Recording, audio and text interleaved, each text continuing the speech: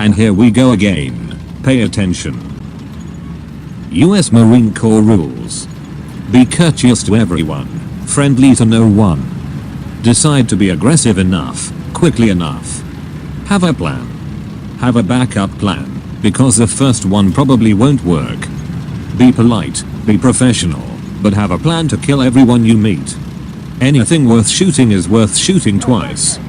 Ammo is cheap. Life is expensive. Move away from your attacker. Distance is your friend. Lateral and diagonal preferred. Use cover or concealment as much as possible. Flank your adversary when possible. Always cheat, always win. The only unfair fight is the one you lose. In 10 years nobody will remember the details of caliber, stance, or tactics. They will only remember who lived. If you are not shooting, you should be communicating your intention to shoot. Navy SEALs rules. Look very cool in sunglasses. Kill every living thing within view. Adjust speedo.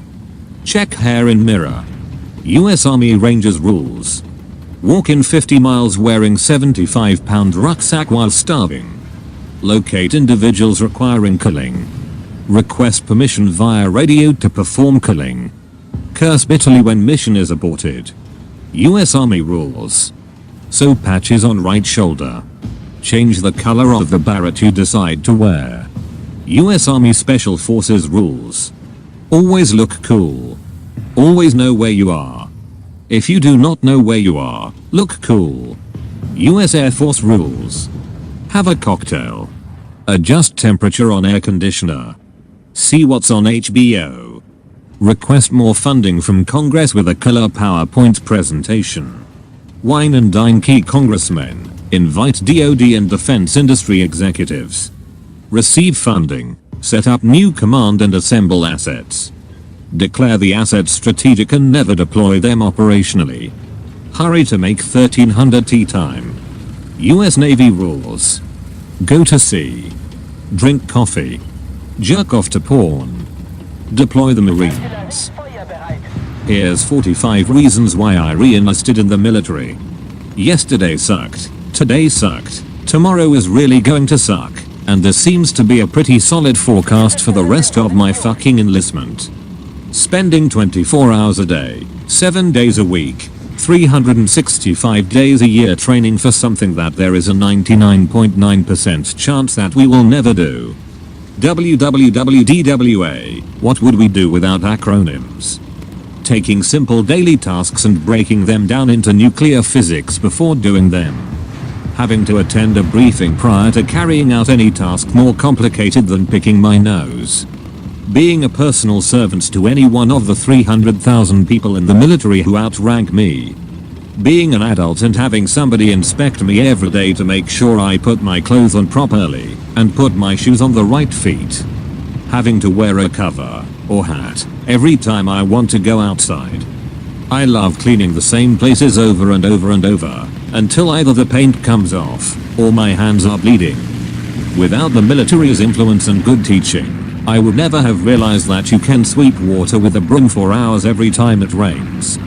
There just are not that many jobs out there where you can rest assured that everyone you work for is just waiting to screw you over any way they possibly can.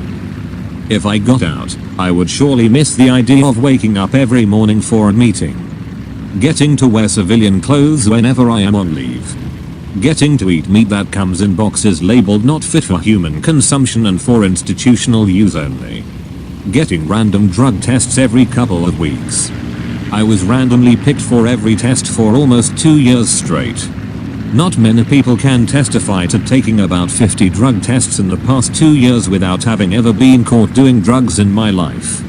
Waking up every morning and going to staff meeting where a piece of paper is read to me even though it is posted on the wall and on the office's internet, both of which I have access to.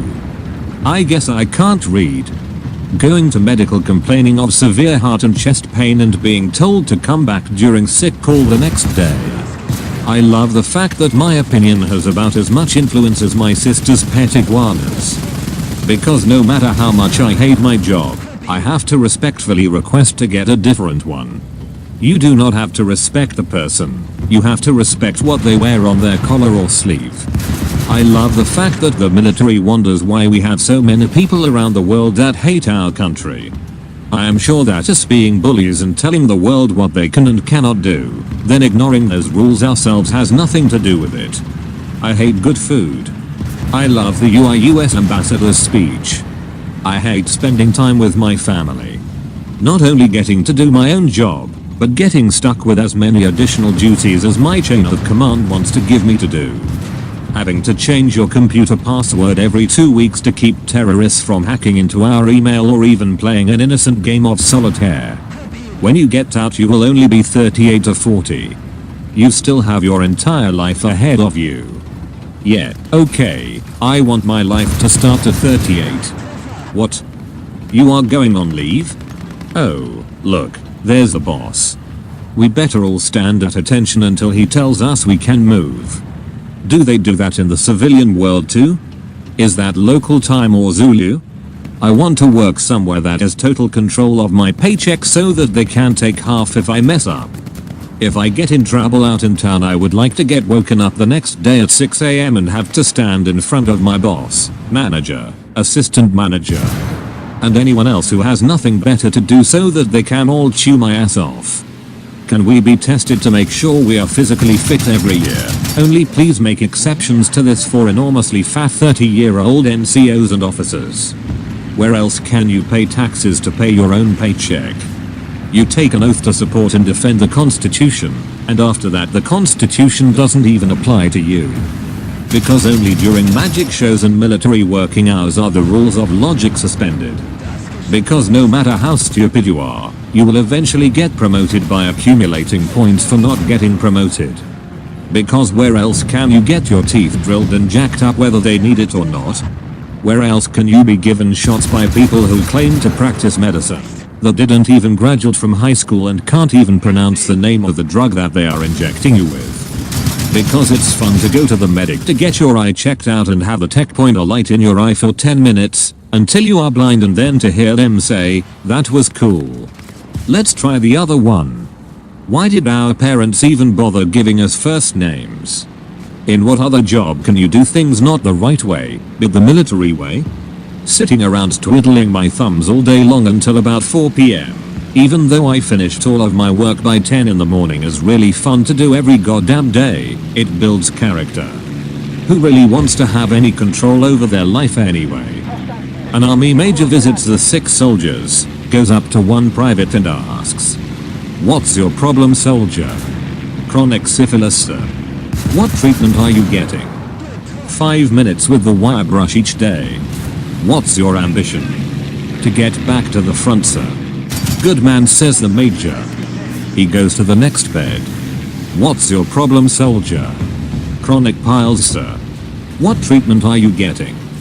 5 minutes with the wire brush each day. "What's your ambition?" "To get back to the front, sir." "Good man," says the major. He goes to the next bed. "What's your problem, soldier?"